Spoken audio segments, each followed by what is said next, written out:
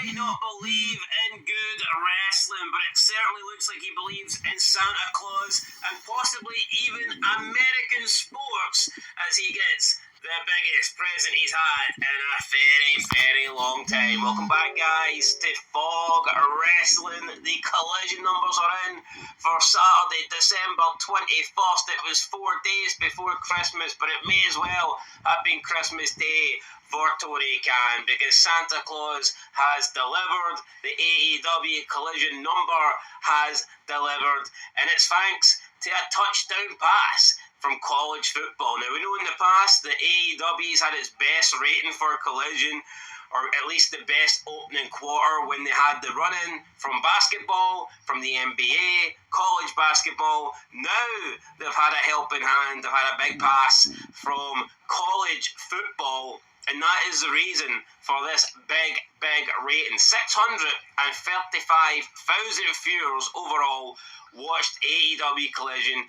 There was the Clemson versus Texas college football playoff game, which led in to Collision.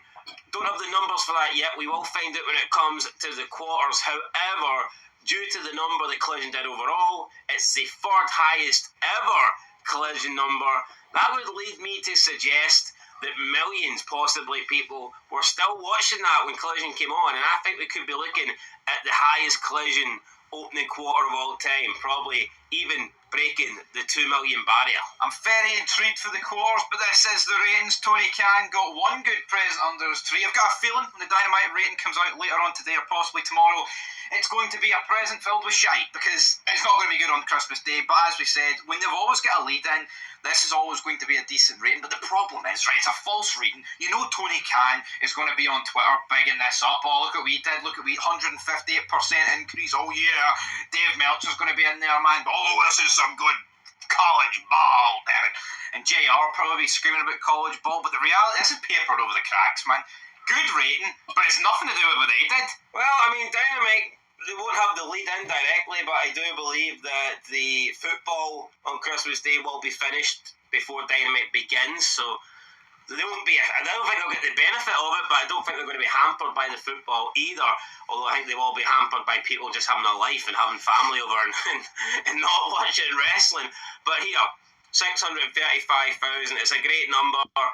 It is the third highest number of all time, there's no doubt about that. You'd be kidding yourself if you believed that this was a genuine number and not a number that has been, highly fixated with, thanks to the fact there was something else on before it. So we'll have to wait and see. We can't say what the quarter one is yet, but I am predicting about 2 million, probably. If not 2 million, it will be very, very close to it in order for Collision to maintain that kind of number. But anyway, what did we get last week? Last week we got 246,000, so it is a 158% increase. That is mental. 158%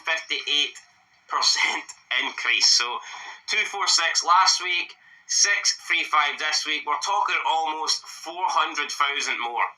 That is insane in itself. 389,000 to be exact. See, once you're actually doubling what you got the previous week, you know something crazy's happened at the end of the day.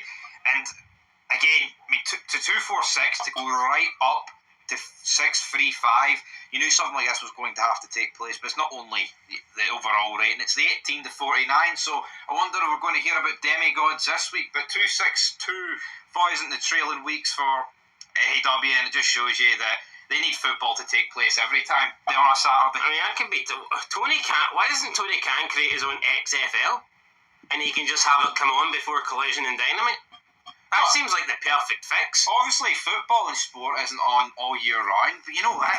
See a key way to actually improve these ratings. It's where you place it. It is honestly where you place it. Well, that's why everybody wants to be on after the Super Bowl. Like, Saturday sucks for ratings, but if you have a Saturday time slot after a sporting event, you will do well. Yeah, you look at Tracker, that show that they brought out after the Super Bowl. I mean, that set some record-breaking ratings for a TV series, so depends. Sometimes you don't need to be a good show, you just need to be on after a good show, or at least a popular show. In terms of the key demo, though, 18 to 49, they did a 0.20. Last week did a 0.09, so a 122% increase on that. And if you compare the key demo this week over the past 4 trailing weeks, it's up 150%. So absolutely massive gains here for AEW Collision. Now, like we said, in terms of the overall rating, it's the 3rd highest of all time. In terms of the key demo, it's either the 4th or 5th highest key demo of all time, which is still very good. I don't think anybody thought that Collision was going to be back at this level despite what's on it. I mean, the last time that they did a higher rating was, there's only 2 times I've done it, but it was the July show in 2023, and then the last time they did a key demo higher was also that July show back in 2023. So I mean, yeah, that is around the time where Punk left. So this is the best numbers that they've done, both rating and key demo, since CM Punk left. I wouldn't be surprised to see Tony Khan bragging about this. Yeah, but the reality is, last week was what I think was the lowest non-preemption edition of the show. And that's why if Tony Khan's pretending that this is great, and you know what, to be honest, I think he needs to take some form of win, so by all means, Tony, take it. But it's like, the true reflections what happened last week, not this week. You can't be going from, I mean, what did they do last? They literally did about, 247 last week. I mean, that's so bad. And then this week, they're up to this level. They need, that was 246 last week, sorry, so they need to sort it out. They knew a lot of eyes were going to be in the product this week, right, just due to this game.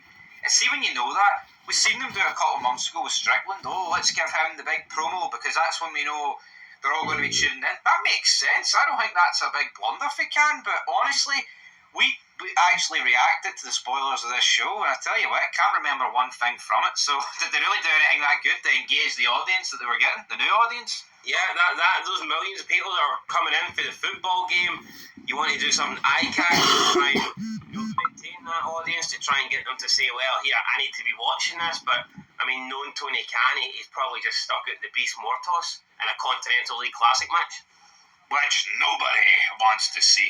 Right, now, in terms of the views on the YouTube channel, first place we had Will Ospreay and Ricochet in an incredible Continental Classic matchup, 303,000 views.